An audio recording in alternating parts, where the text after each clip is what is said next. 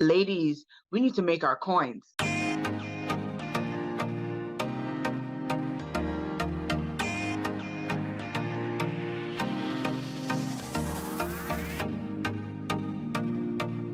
Hi, I'm Keisha of 3D Pop-Up Shop, and I'm here with my co-host Kanika, Hi. and I'm here with my virtual co-hosts, who are the Black and Brown business owners selling on 3dpopupshop.com right now. If you don't know what that is, head over there after this episode and check out all the vendors who are selling to you.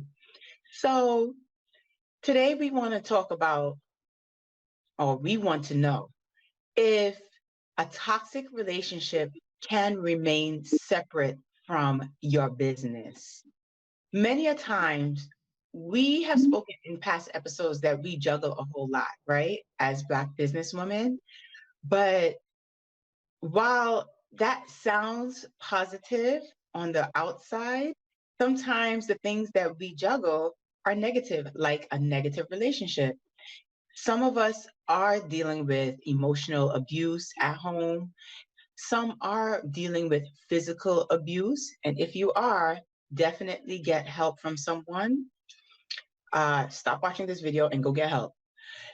And also, some of us are dealing with other types of abuses. Now, relationships can be toxic. They're challenging, but some of them just outright toxic, and you just don't need to be dealing with that person. But we're human, and it's really difficult to step away from people that you may know or are more familiar with. How does this affect our business? Does it affect our business? Are we truly able to compartmentalize and keep toxic relationships separate? I agree with you 100%. First and foremost, if you find yourself identifying as one who is in a toxic relationship, please seek out help, because that is of the utmost importance right then and there. So I just want to make sure that that disclaimer that Keisha gave, it wasn't just glossed over. So I think that you can have a separation between the toxic relationship and your business. The two do not have to merge or affect the other. I do believe that it is possible to compartmentalize and deal with whatever you're dealing with outside of your business. And then when it's time to deal with your business, you deal with the business with a different mindset and a clear head as much as possible. You may not even notice that you're in a toxic relationship, but maybe people who are close to you, people who are working with you, can sense that whatever's going on in your business has the potential to affect the everyday business of your business, right? So, but it is possible to separate the two. Yeah, see, I'm not sure completely if that's the case, Kanika, because Mm. if you remember, must be 2 decades ago when Rihanna came on the scene. Well, no, she came in more later in the 2000s, but when she came on the scene, you remember that whole altercation that she had with Chris Brown? Yeah, that Yeah, was 10 years ago. yeah, like literally, that was crazy. But her job was her business. It was selling her pop star status and entertaining people. And she was not able to do that because her toxic relationship landed her with a black eye and bruises. And if you really think about Beyonce, she is the queen of everything, really. And even she ended up in this altercation in the elevator with Jay-Z and her sister. Now I know some people may say that it was staged or not. Regardless of where you fall on that, I'm not here to litigate that. But the point remains is that she ended up talking about this or bringing it up in her work, in her songs. And that's not even a topic that you want to have to sing about or to bring up in your work if you don't have to. Somebody cheating and you dealing with someone, you dealing with another woman who may be infiltrating your marriage or relationship. That's difficult to deal with. So I know these are pop stars and there may be other underlying reasons why or how they came about.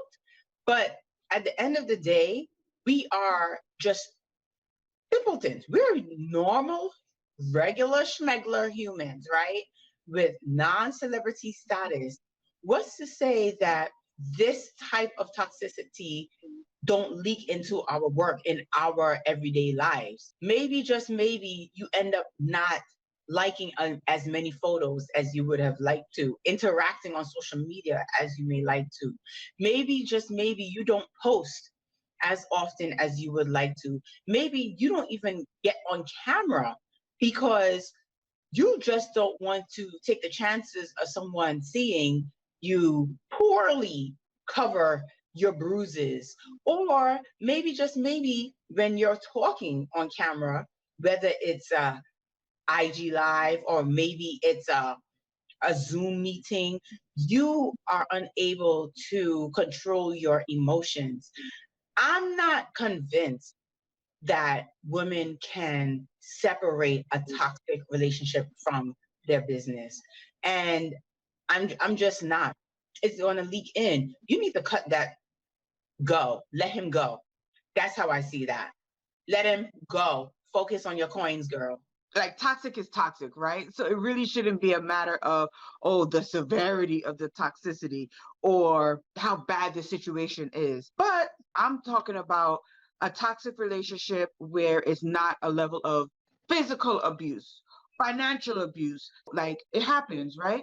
A toxic relationship could just be a matter of, I want to get married and you're still dragging your feet. Or I want you to step up and be the man of the relationship. So I'm not going to push back when you don't follow through on something that I asked you to do for me. It doesn't have to be physical abuse for it to be toxic. So even in those examples that I provided, that is toxic. And in that situation, I believe that communication can be key. So in the case of a woman who is asking her partner to provide something that would help her in the business and he's dragging his feet, you know what? I understand that you provide this service. However, I think it would work better for myself and my business partners or my business as a whole if I were to consider this other vendor. You make it clear as to what you are expecting, and because you understand what you're getting from that person. So communication can help to keep the toxicity at bay so that it doesn't come and infiltrate your business. Because ladies, we need to make our coins. Okay. Let's keep them separate and let's keep the lines of communication open. And that is at least a start on how to compartmentalize and keep the two at two ends of the spectrum. And you know what? Sometimes they are actually doing stuff for you already in your business. I don't think that you can keep your business separate. You really can't. But if you are really about it, you definitely need to get lawyers involved because your partner is giving advice. They want to come for some. They want to come for a piece of that pie. And if you are thinking that a toxic relationship is all about just the physical abuse and you ending up in the hospital, no, it does not have to be that way. You could be getting mental fucked right now because your paperwork is not in order. You need to know, how would you divide the coins up should the relationship dissolve? And if you don't have a clear picture on how that is, then maybe, just maybe, you need to revisit your business principles, the one that you use to open up the business, the one that you use to legalize the business.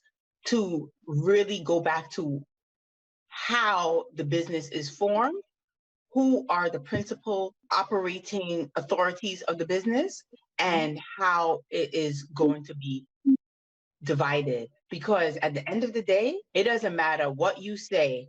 If you don't have things in writing, you don't have a separate business from your relationship. Period.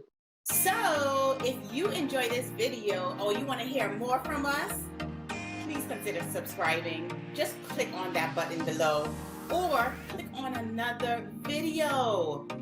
Listen, we need to help the Black businesses out here, all right? So head over to 3dpopupshop.com after you subscribe.